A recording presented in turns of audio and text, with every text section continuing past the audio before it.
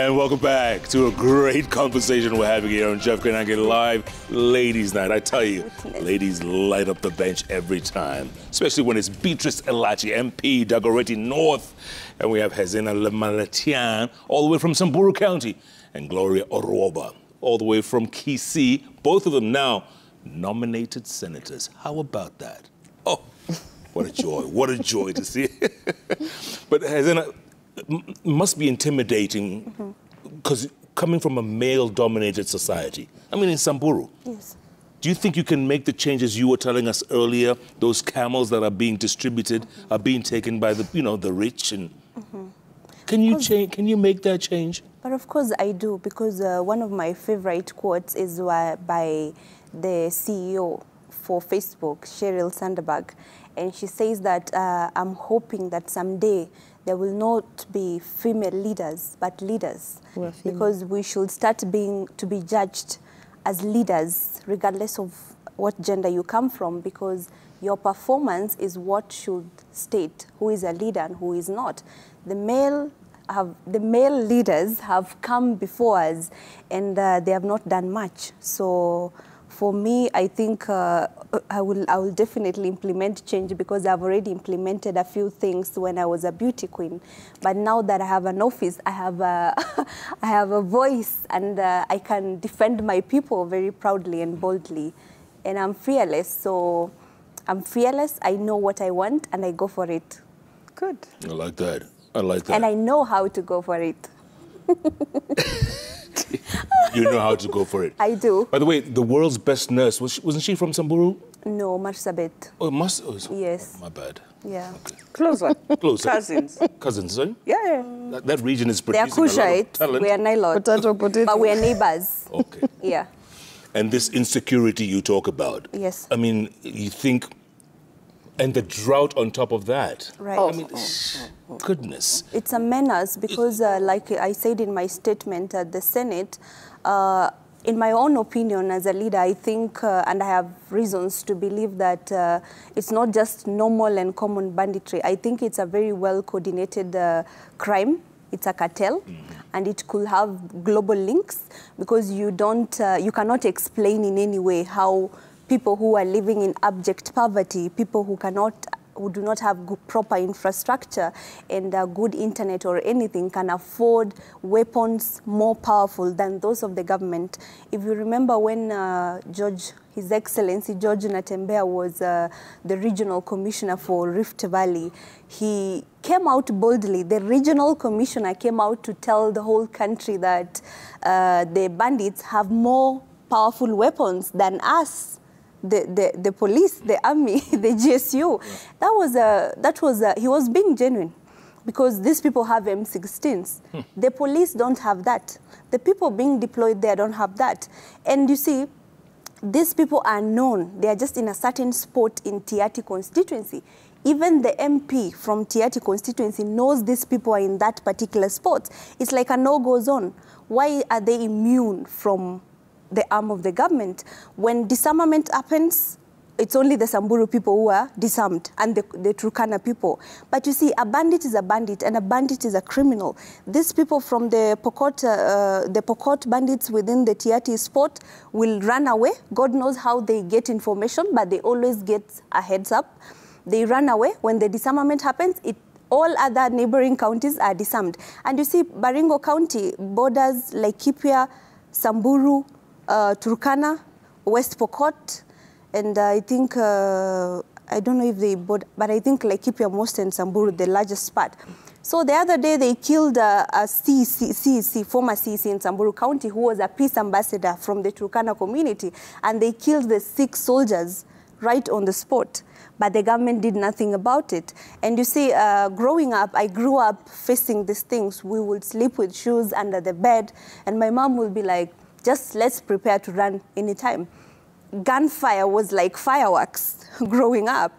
How is it that in the 21st century, 10 years after devolution, we're still going through the same issues? If at all these male leaders were able to solve the insecurity menace, there have been peace campaigns, there have been peace caravans, but they're not helping us.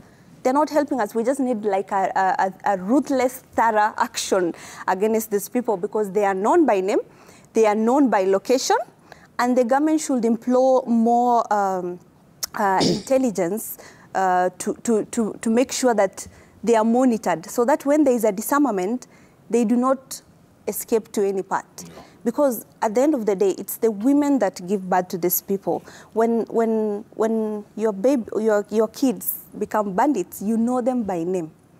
So this change is going to happen by these women telling us who the bandits are. It's a collective responsibility of women who are in leadership, women who are back at home. Tell me something. Are there like 10 more like you out there in Samburu? Are there 10 more? If there are, you can make a lot of difference. You know that? I think there are, and we hope to inspire. I aim to inspire more. Yeah. Gloria, what do you aim to do? What is your... Before I give you what I aim to do, I feel it is my responsibility to state that this government has actually come out strongly. And for the first time, we have listened to a president who is not joking with this issue. Mm. About insecurity? Yes, about the insecurity. And the statement that he came out and said, basically, Alisema, you know, in fact, we are all sitting and watching because we know it's just a matter of time. Because, of course, you know, with the security issue, you're not going to go on TV and say, we have planned, we are going to do ABCD. Yeah. But the utterances that the president made in his speech about the insecurity issues, about the bandits, and about, I am certain, by the way, this year will not end.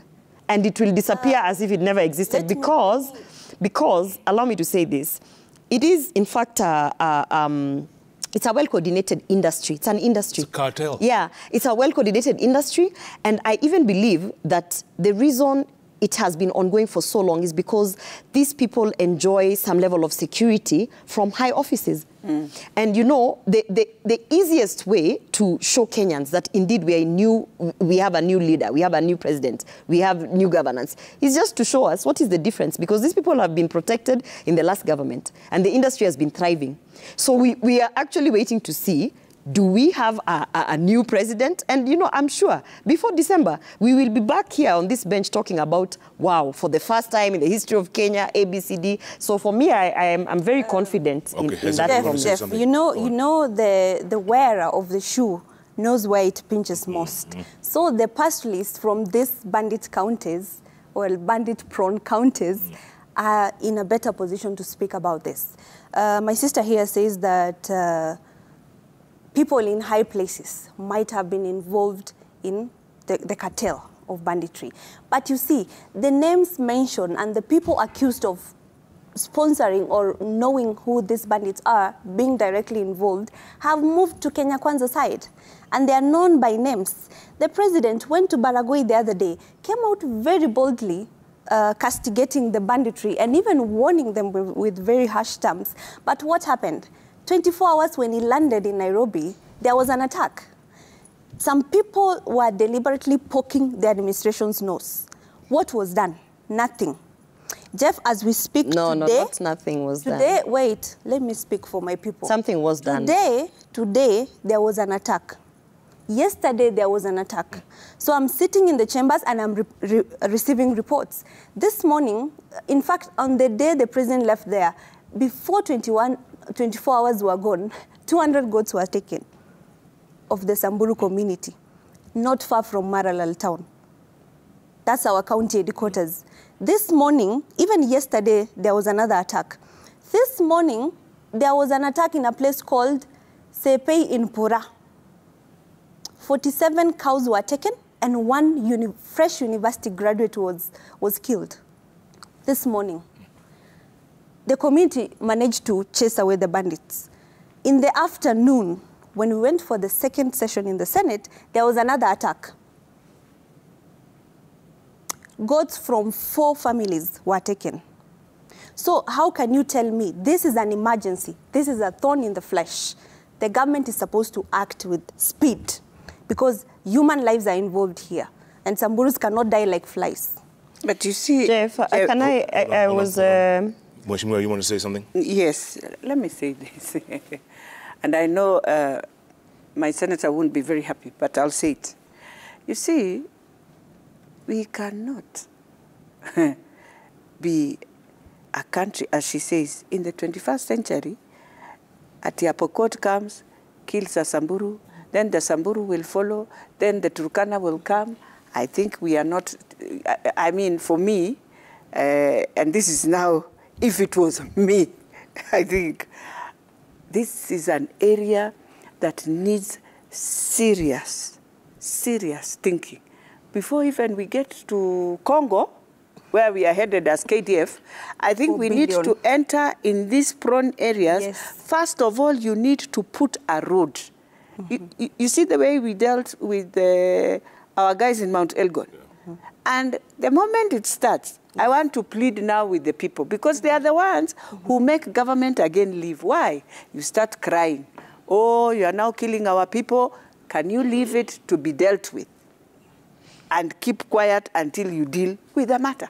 Because you have to open a road through these Pokots and Samburu, go through, let the army go there, put the road, put the infrastructure.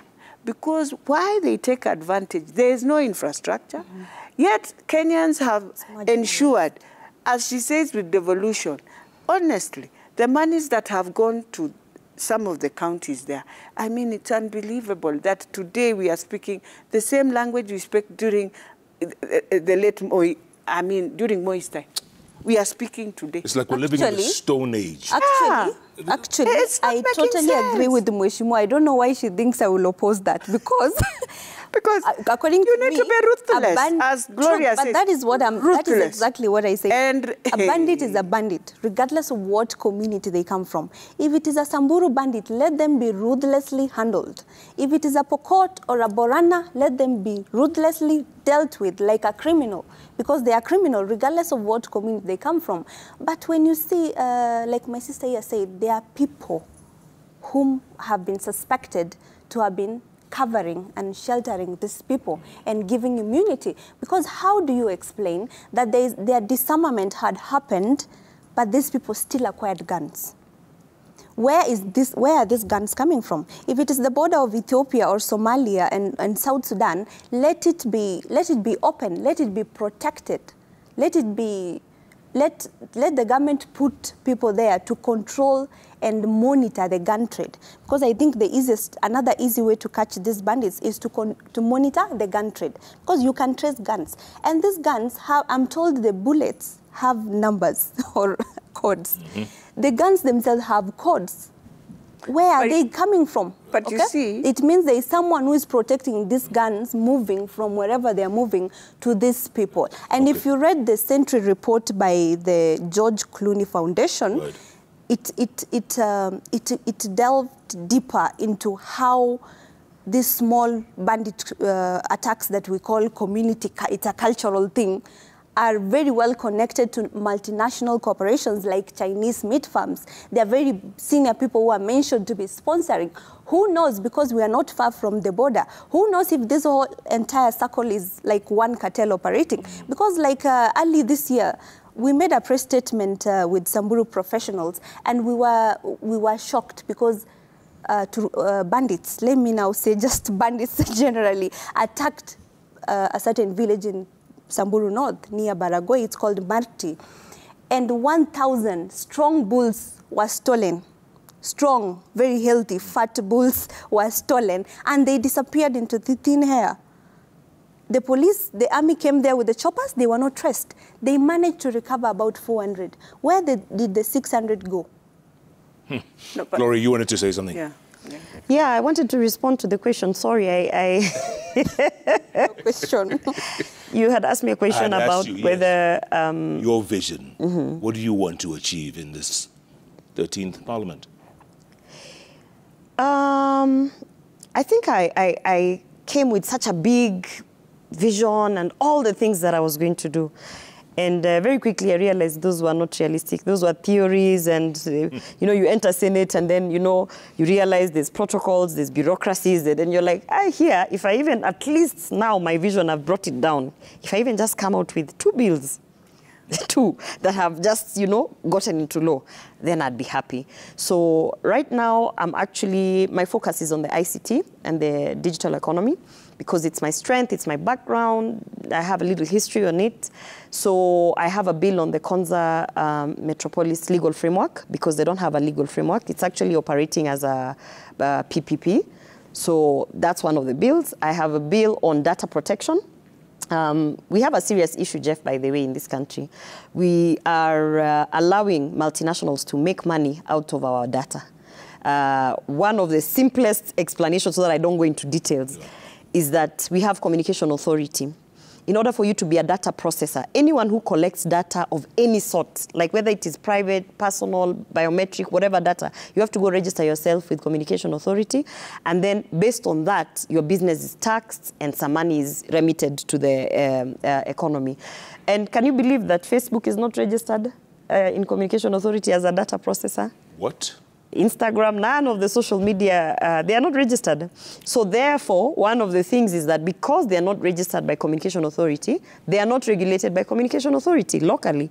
Because they are not registered, then they owe no taxes. That's why we cannot, we can't collect any single penny from Facebook. Yeah. And I want to speak authoritatively because I have a serious background with, that is my former employer. They are masquerading in this country, moonlighting, because they don't even have actual physical offices. They are trying to just find a way of how they can manage us and keep us low.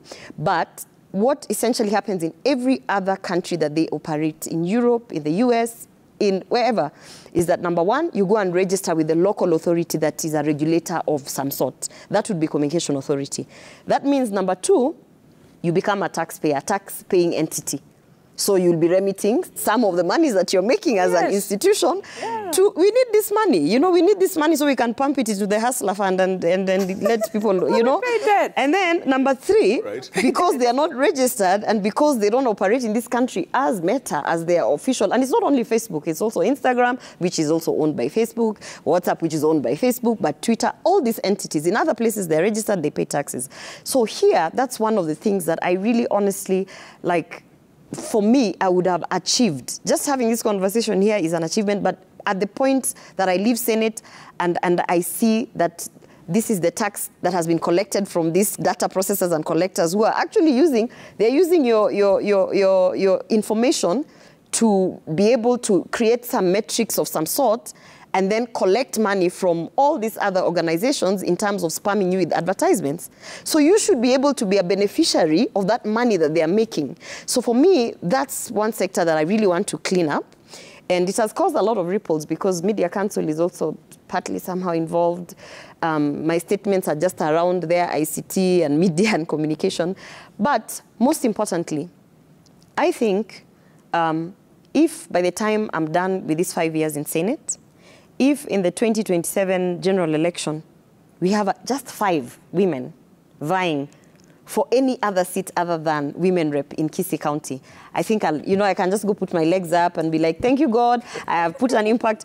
You know, we are laughing, but you know, when I vied, literally, when I stood and I started campaigning and whatever, other women started vying for MCA, other women started vying for MP.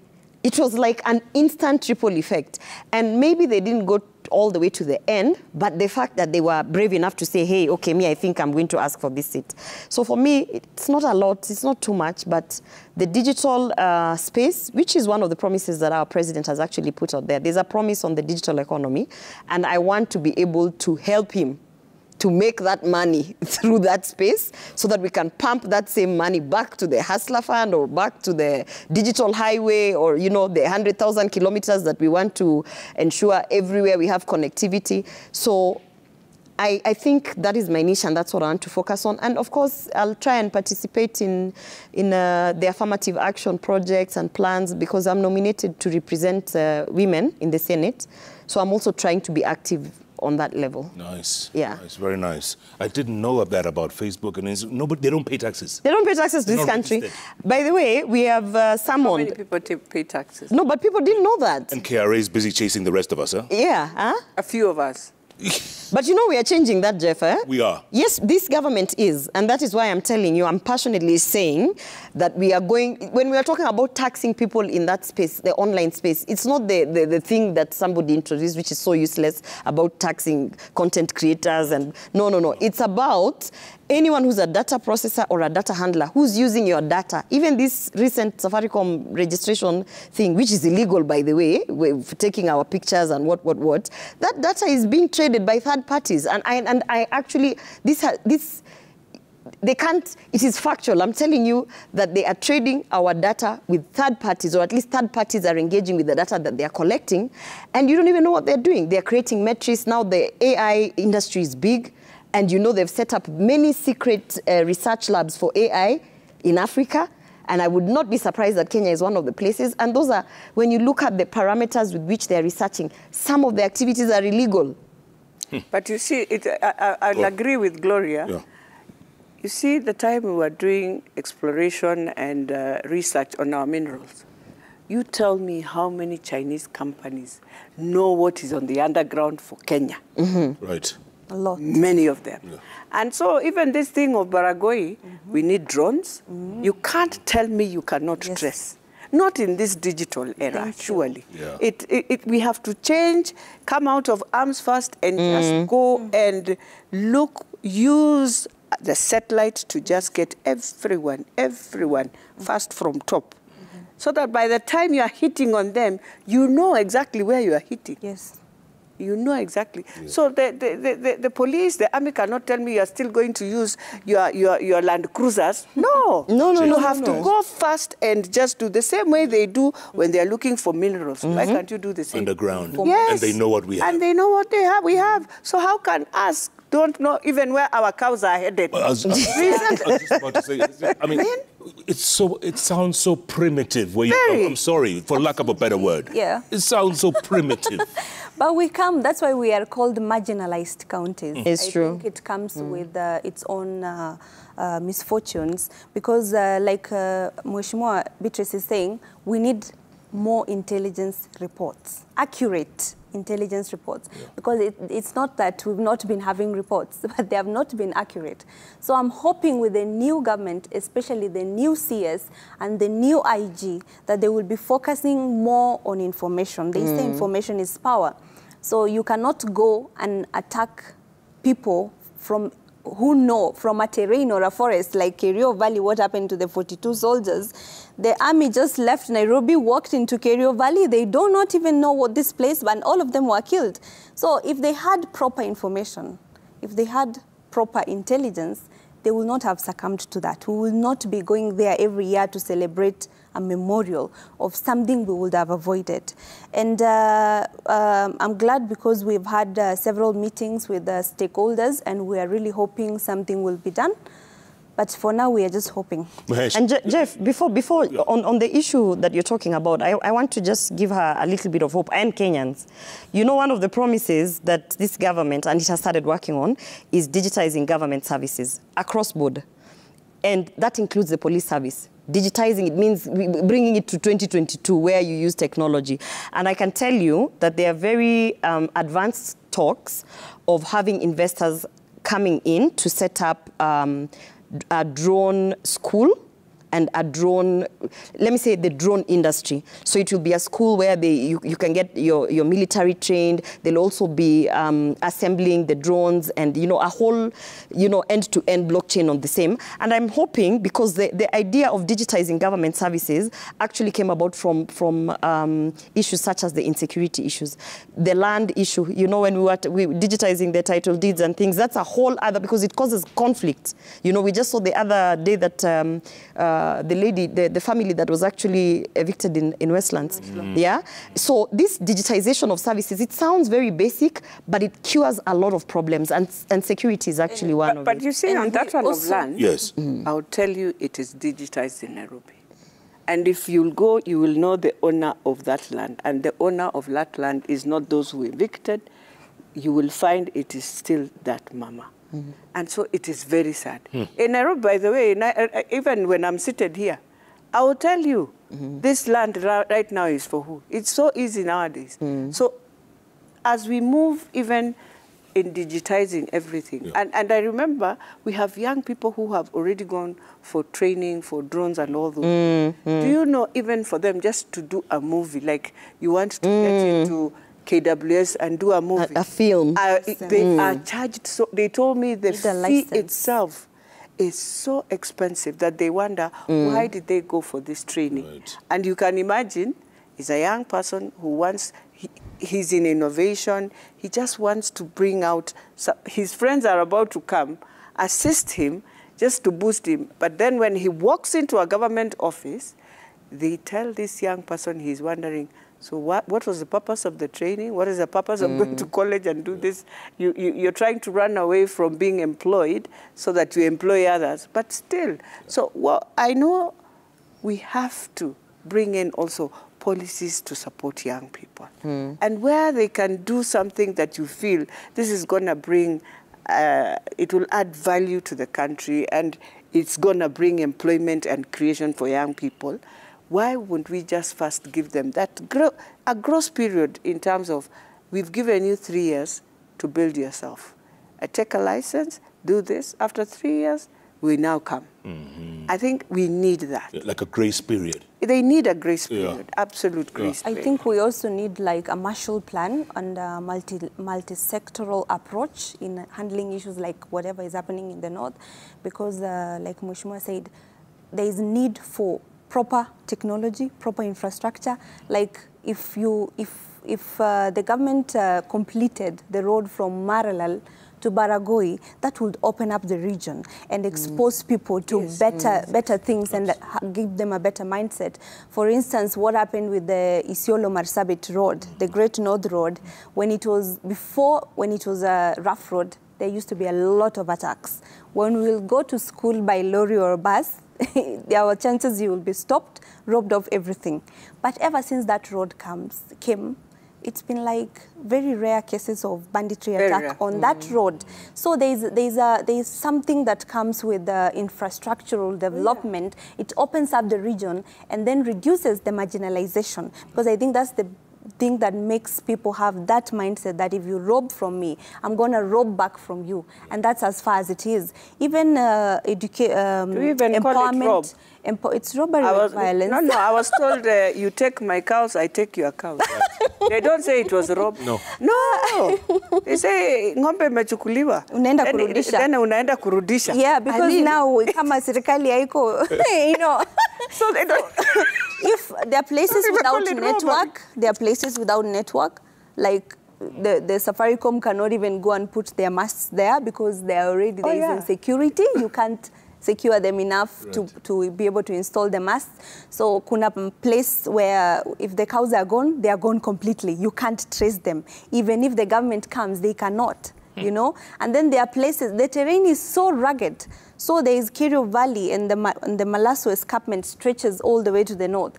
And this is a place where you shoot, the bullets will not even get down, you know, because it's too deep. Right. The other end is Pokot side, the other end is Samburu side, the other end is Pokot side. How do they pass this deep thing? They know, because we are nomadic pastoralists. So our job is to walk the rough terrains. In 2022, we're still living like this. Yes, the government has to do more in terms of infrastructural development, and and that way, if there is a road, people will be able to do trade and find an alternative means of livelihood. If there is water, the North has no water. But I'm imagining if there was enough water, people would venture into other means of livelihood like agriculture. People will be able to plant cabbages. And like I used to tell them when I was buying, nobody will shoot cabbages. They will not steal the cabbages. Correct. Right? Didn't they say there was water under Turkana somewhere? Remember? Oh, a lot of water. Huh? They did. It's still there? It's still there. Oil was more valuable. Even the oil, they were unable to, because of that conflict of everyone wanting to have one of the wells and all that. It has been unable to even support the people. You know, one of the saddest things that you feel in the North, whatever they want to call it, it is just unfortunate. You'll find women, Jeff, when they tell you their age, then you look at them. Then you ask God, where are we as a country. And then you ask yourself, then you have a governor who receives billions and billions, and when you look at him, you are wondering, so why is it your people cannot even put on clothes in this era? If we went to do civic education during the time we were looking for the Constitution, in the time of Kibaki, 2003, I remember we walked to a meeting with Nancy Baraza, our former Deputy Chief Justice. Yes. And when we landed, all of us just looked behind, because everyone was naked. And we were like, what? And so she just turned and told her, turn.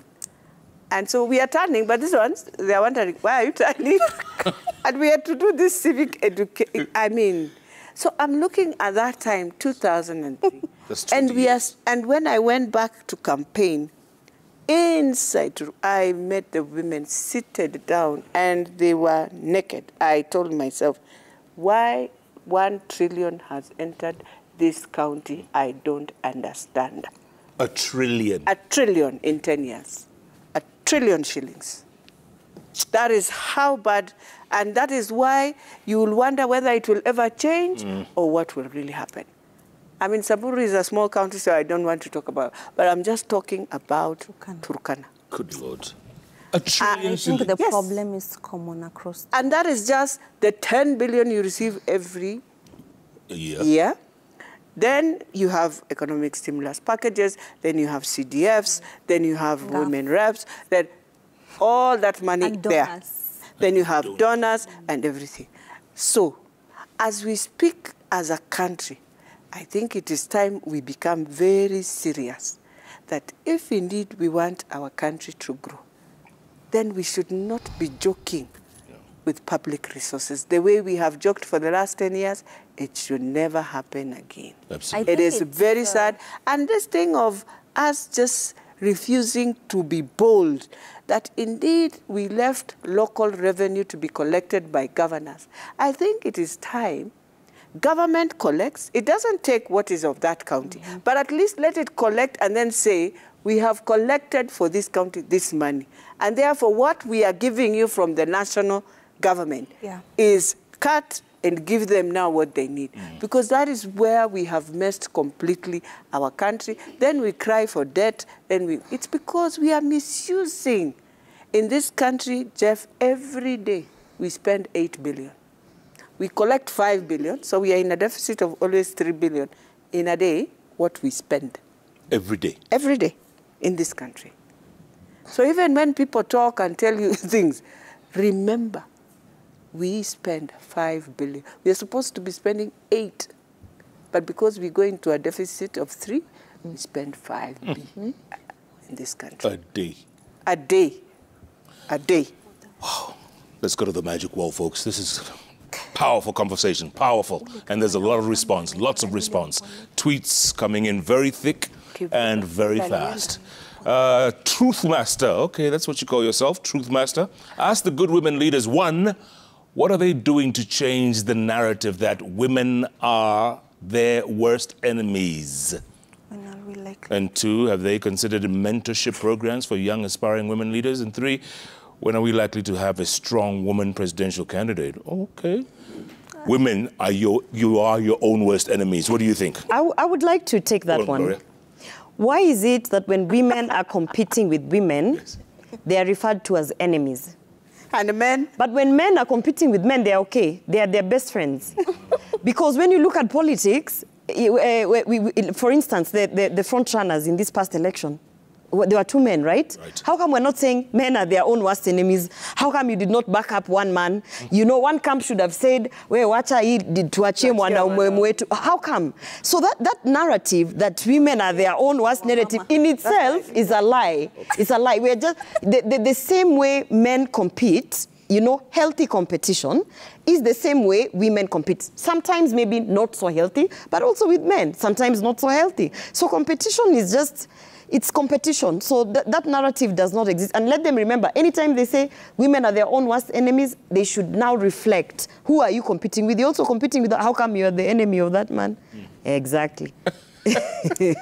How about question 2? Are you considering mentorship? Yes, absolutely. Of course, I have mentorship programs through the Pastoralist Sports Initiative. Yeah. It's purposely for mentorship. So we use sports to bring people together, because what I realize with my generation and people younger than us is that they need a motivation even to go for mentorship. So we use sports as an avenue to bring them to that. That's what together. I want to answer. Go on. Right. So, mentorship. You see, in our days, which was part of mentorship, Jeff, but maybe we never used to know it's mentorship. But you would come. I know Professor Wanjiko Kabira, who is my very good mentor, taught me one thing.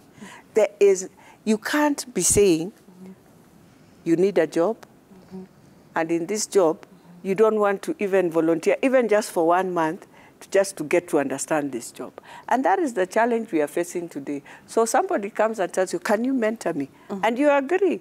But then 3, 4, 5, they'll start saying, I always go, they never give me anything.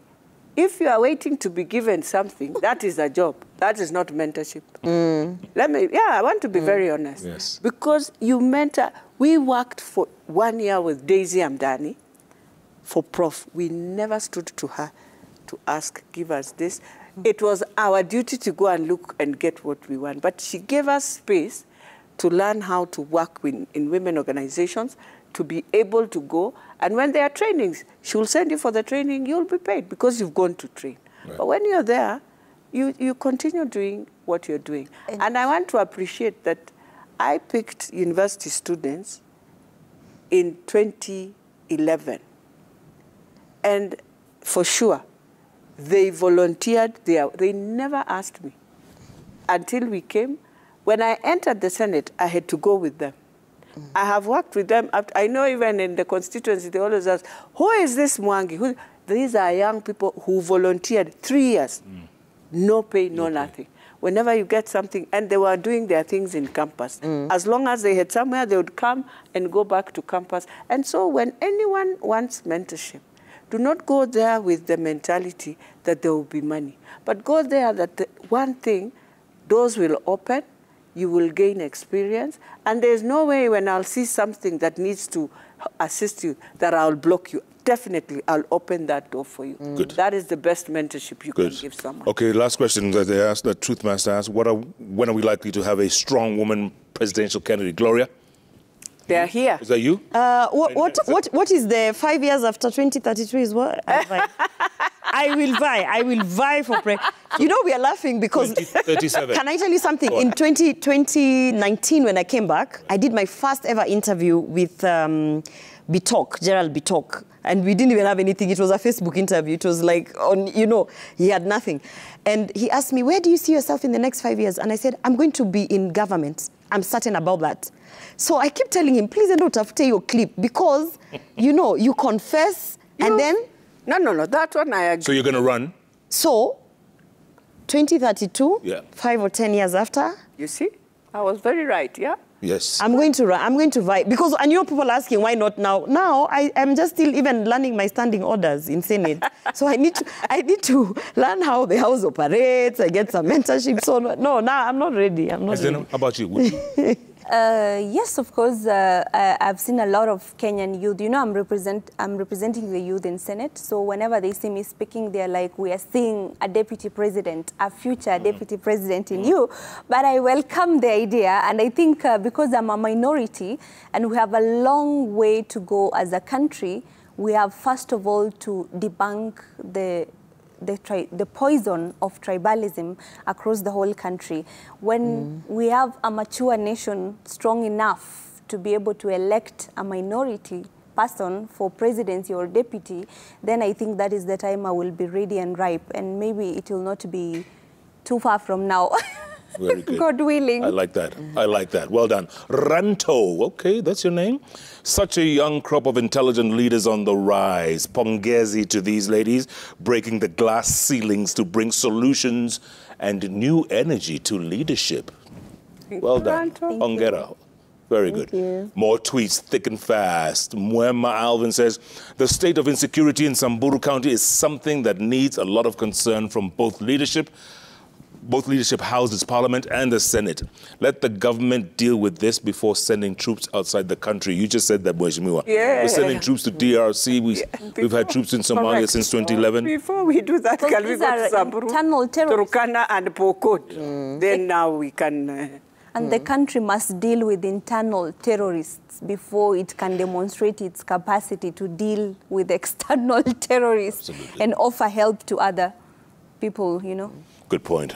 Jaka Kai says, I am watching this and I am an aspiring woman politician. I have had my tears, but I can tell you 2027...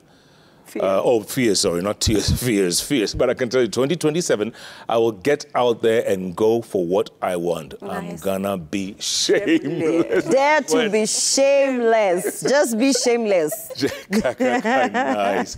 Whams says, Honorable Hezena, please really rally like-minded leaders like yourself and work to end this banditry menace once and for all. Totally. I intend to inspire a change of mindset among our youth because these are going to be the people who will say no to banditry.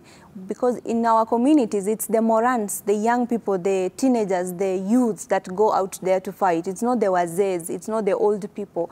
So if we can impact a change of mindset among these young people, then we can have more leaders in future. Absolutely. Yeah. Edith Mwiregi says, great conversation right there, ladies. The journey was scathing to some of us. We stay unbowed.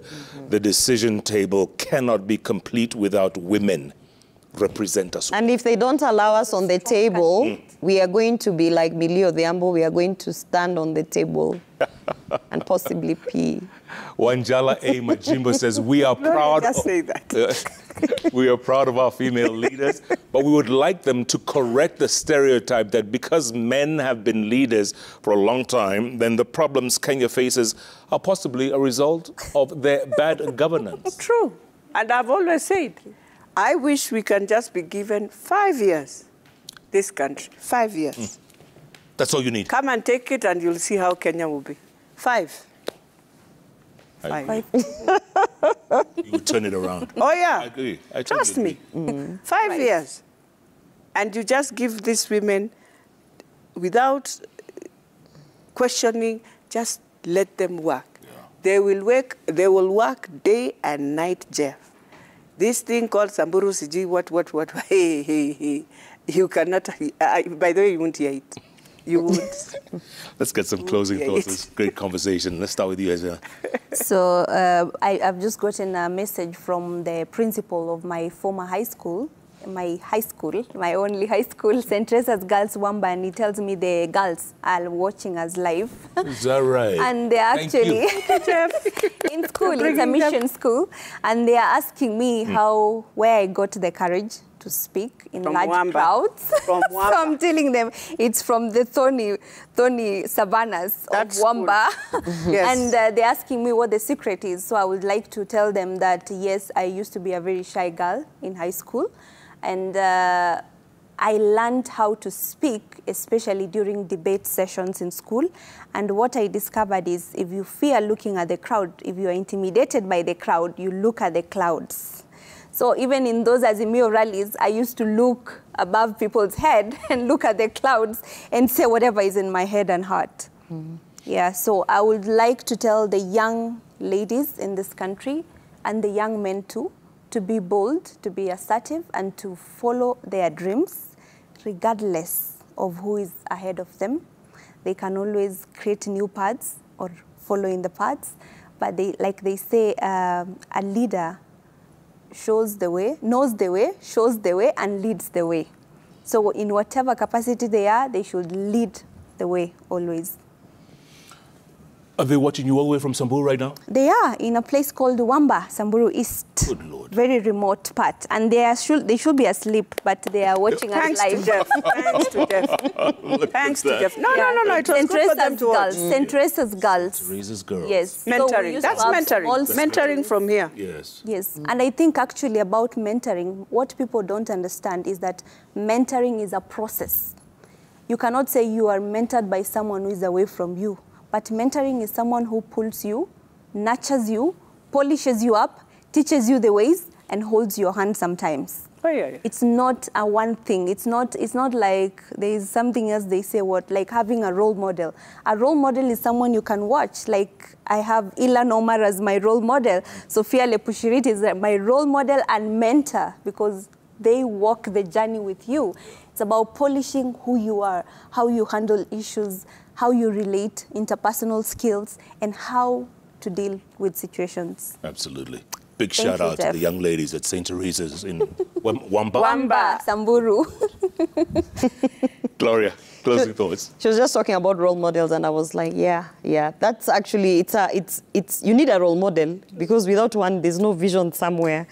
I want to ask young ladies who are trying to join politics or get into this space, first of all, let them go and look at the story of a lady called Ingrid Betancourt. Betancourt. I'm telling you, I've read that book like, I don't know how many times. And she dared to be shameless. So really, my message for tonight is not going to be long with a lot of theories. It's just simple. You know, for me, you need to just keep going. That's one thing. And by the way, you know, we did a show with you, and you kept on saying, just keep going. And one of those documentaries for BBC, you need to keep going. Because at the end of the day, you're better off crawling, as long as you're moving from point A to B. You've been vying for MCA for 15 years. Keep vying. Keep vying, because at least you're vying 20 years. At least you're moving. So for me, just keep moving. As long as you're not stagnant, just keep moving. There'll be some level of growth. And then, really, honestly, this phrase, if there's anything that any woman who wants to join politics can do, dare to be shameless, and just dare to be shameless. Full stop. Bye. That is it. That's my message. You know, I just got a message from Homa Bay governor. Yes. Oh, nice. Gladys Wanga. My governor. She's a great woman. Great woman. She says, great woman. Congratulations to the girls for me. Very well done. Salimia Elachi Sana. Mesalimika, my governor. I know you are doing well. Yes. 5 years, they will see Homa Bay, a different Homa Bay. By the way, those are the counties. The counties led by women. All eyes on you. Yeah. Because that thing we are trying to say, let us see the difference in governance, you know, leadership by women. Yes. We are looking at Sicily. We are looking at Anne Waiguru again. We are looking at Gladys Wanga. We want to see the difference in those counties. Yeah. Give Anne kudos. Anne Waiguru. We are also looking at Meru, by the way. Meru must also survive. Anne, yeah. But let me tell you, Kirinyaga, they were lucky to get that girl. Because she transformed her first 5 years, and she will leave Kirinyaga on a different trajectory. Love her, hate her, but I love her for one thing. Anne believes in what she does, and she loves transformation. And Gladys Wanga will transform Homa Bay. Oh yes. She has already launched a factory. Even the Meru governor. She's getting a hard time. Kawira. She's going to survive. She'll survive. All Kawira. We are rooting for her. We are rooting for her. Yeah. For me, one, I salute, she's very assertive. That this is the direction, yes. But I want to plead with her. The two governments work together so that you get that posterity. And so you must get a way, a working formula, working with your MCAs so that they pass your budget, so that you are able to get your CIDP right, and just go down with them and do development, because there is no way you will work alone. There's no way. That one I want to tell Jeff, Governor Mandago once told me, he's one of my mentors, by the way. He once told me, you can get elected in one way, but you won't stay elected with that formula. No. Getting elected is one thing. People want to see that assertiveness, that it's not even assertive, that firmness. But once you're in office, there has to be now a way to govern. And now that's where perhaps maybe we have little failures, because as women, we are always defensive and everything. And maybe that is, but she'll survive. She's going to survive. Survive, I know she will. But I just want her to deliver. Right. And I want her, for people to remember her leadership. And so work, try. You're a mother, you bring harmony. You try and do not bring in a lot of bridges gaps that will make you fall. Yeah. But bring in everyone so that you are able to move to your next level. And I'm hoping that the focus should shift away from making it an issue of her husband. It should be an issue of her performance. And I'm also hoping that by working with MCAs, it does not mean constantly maintaining these MCAs under a certain budget or bribery of sorts. But you see, because I will say this, they are elected. The budget, they pass for you the budget. Go and do the... You need a working formula, however way you look at it. You need a working formula, yes. But even as I finalize, it is for all of us. You know, there are a few things that we need to come back and ask ourselves as a country. Number one, our values. That is what is affecting also our young people. That is why your child, you will send him to go and take an ID, and he will, when he arrives there, he calls, I have arrived, so which office do I go in? And you're like, excuse me? But you'll find another parent saying, oh, let me call. I won't call.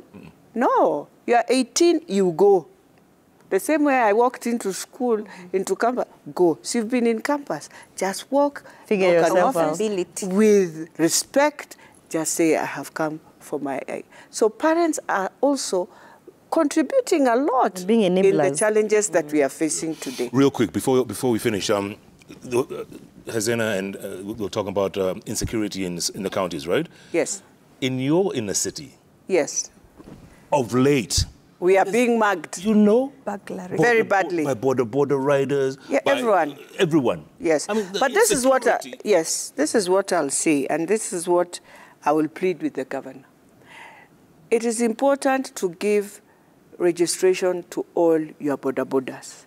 It is important to give them, whether you want to call it a registration or a license, the stages. Know the stages of your borders, because you can't just have today here stage, tomorrow 5 are here. No. If they were told to go in a circle, let them be in a circle, and in that circle you will know this circle is the one that this stage belongs to. The same way, this is a transport sector. It has to function the way your matatus function. So if matatus are given stages and they are given places where they are supposed to, why can't you just do that with your border? Even if you want them to be in CBD, then allocate them places where you know we will find you here, not 5 here, 7 on a corridor, 8 there. That is what has messed completely. And that is why women are being mugged. Everyone is crying. And so we need to reallocate and give them numbers so that even when they have their challenges, because I know they'll come and say the police is harassing us. I want to tell the borders, get your helmet right. Get everything of you. You need a helmet, you need your license, you need to have registered, you need your reflector jacket that reads your border circle. That is what, and I want to thank the ones of Kilimani.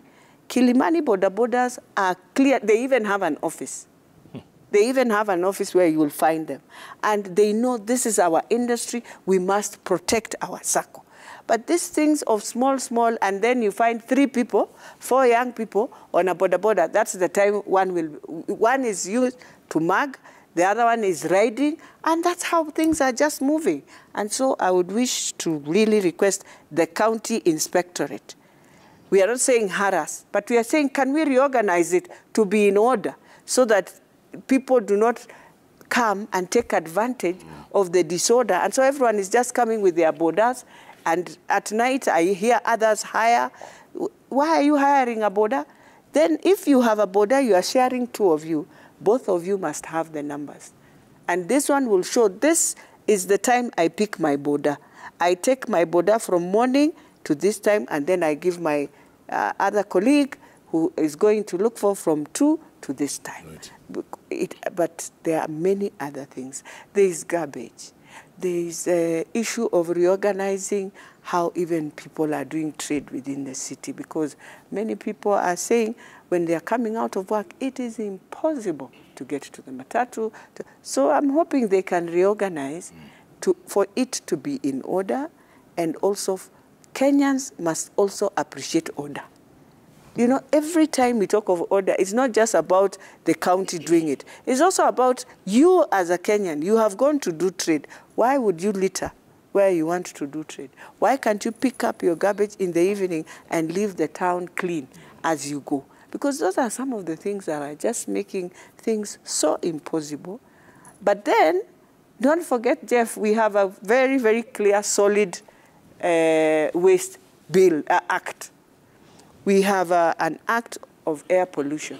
And I'm hoping now the county can be able to enforce. Because if you have an act of solid waste, why can't you just ensure every constituency has its own holding place of waste? And so let us start also sensitizing. We are talking of climate change, COP27. One of the things we must do in Nairobi is to deal with our pollution, but also Nairobi River and garbage. And if it is the markets, go to India and bring the new technology. You put, every market must have its own bin of throwing its garbage, but that garbage it goes through a renewal that becomes biogas or something, so that we stop all this menace and stealing of money, garbage being, you know, in Nairobi, garbage can arrive to Thika Road, and it will turn to be something else. And by the time it gets to Dandora, the guy will tell you he has taken 6 trucks. And you are siding because you have colluded, all of you, all of you, all of you. Yet it is just 1 truck. 1. Goodness, ladies, I could talk all night, but we'll have to leave it at that. Leave. Yes. But I want to finish by really pleading now that I think His Excellency the Prime Minister lost. He has moved on. I think this abuse every day, it's not going to help all of us. It makes things so difficult for nothing. We don't need to abuse him. At one point, you know, God has a season of everyone. And sometimes it will be important for every person to understand the seasons. But I always tell people sometimes they refuse to get into the realm spirit and understand there is a season of everything, but there is a season also you don't need to abuse. You let it, the same way you say God did this, same way God is going to deal with this. So let's get out of this abusing. I thought you were going to finish by campaigning for Winnie Odinga. I was like, this is the plug-in. This is the plug-in. Well, plug. First, we stop the abuse, because you imagine if it is your father. And he's a father of many. No, I think you should turn the narrative. And he has... Don't breathe life into it. No. I'm just saying, anyone who was in campus, the time Moses Kuria was in campus, they know. Baba stood with them like a father. He stood with them like a father. And he's a mentor to all of them. And he made them finish their campuses.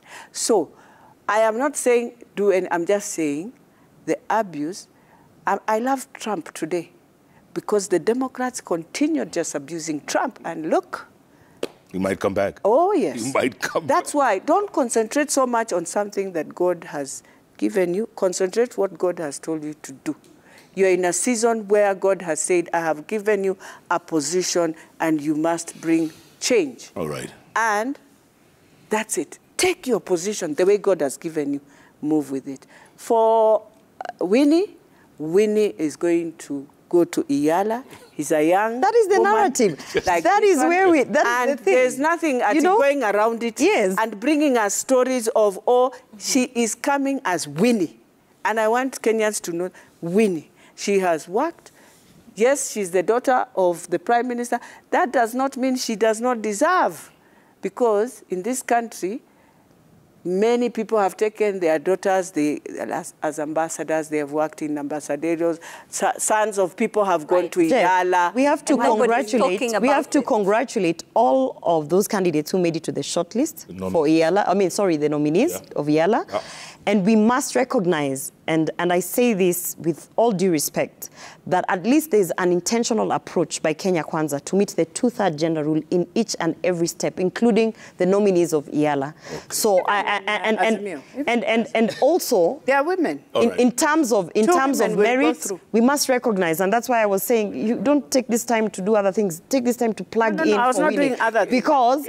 Because right now, the plug-in should be by merit, to go and represent your people by merit, not by any other form or by any other name. It should also be that we have seen the work you have done.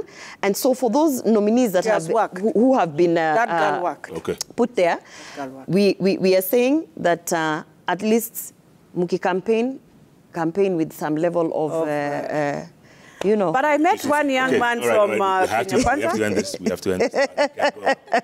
No, we are ending. And I ended it in a spiritual way. Gloria Orwoba, let us stop abusing. I ended it. Beatrice Elachi, thank you. Thank you very much. Thank you. Always giving us an opportunity. Great. As women, we always appreciate. And if they're watching us in Samburu, I mean, that's great. That's the end of the world, the end of Safaricom network. From Denmark. So, yeah. I remember them. Even in Denmark. No, from Bobasi constituency. They're also watching, and the other ones from Denmark. I know. You know, they're like, that's our guys. And Dagoretti North, of course. Oh, we are in Dagoretti North, definitely. And I want to thank them, and I want to appreciate them. And I want to tell them to be very patient about CDF. Because I can see them on social media. Be patient, it will come. We are just clearing and cleaning up. Great. Yes. What more can be said, folks? Great conversation. Ladies' night on the bench. And like Beatrice Elachi, MP for Dagoretti North says, give them 5 years. Yeah. Give the women 5 years. 5 years. They'll change this country. We will. I totally agree with you. They changed the world. Totally agree with you. You changed the world. They changed the world from the beginning with Eve. With Eve, Jeff. With Eve. Oh, yeah. That is why you always have a paradise. You know? You guys. It just took one thing for a woman to change the whole That's how system. we can change. Yeah, we would have been naked in the Garden of Eden eating fruit. Change your mind. Collecting flowers. Are you seeing that weakness, Jeff? I can see it. I'm not going there. That's why women have a strong And men have never understood what happened since then. Never. No. They're still blaming the woman, but they took the fruit. they took the bites. That's a nice one to go and sleep. Keep tweeting, folks. This conversation is amazing. At Queen Anga Jeff, at Citizen TV Kenya, the hashtag JKLive. Thanks so much for watching us all the way from Denmark to, what's that constituency? Bobasi. All the way from Bobasi constituency. And then our in-laws in Denmark. Wamba. Paraguay. That triangle. Yes. And of course, Dagoretti North. Dagoretti North and across the country. And across the country. Always have very good supporters. I want to thank them. Good night. Good luck. Night. God bless all our women. God bless. And our country. Kenya. Asante. God bless the women. Yes, indeed.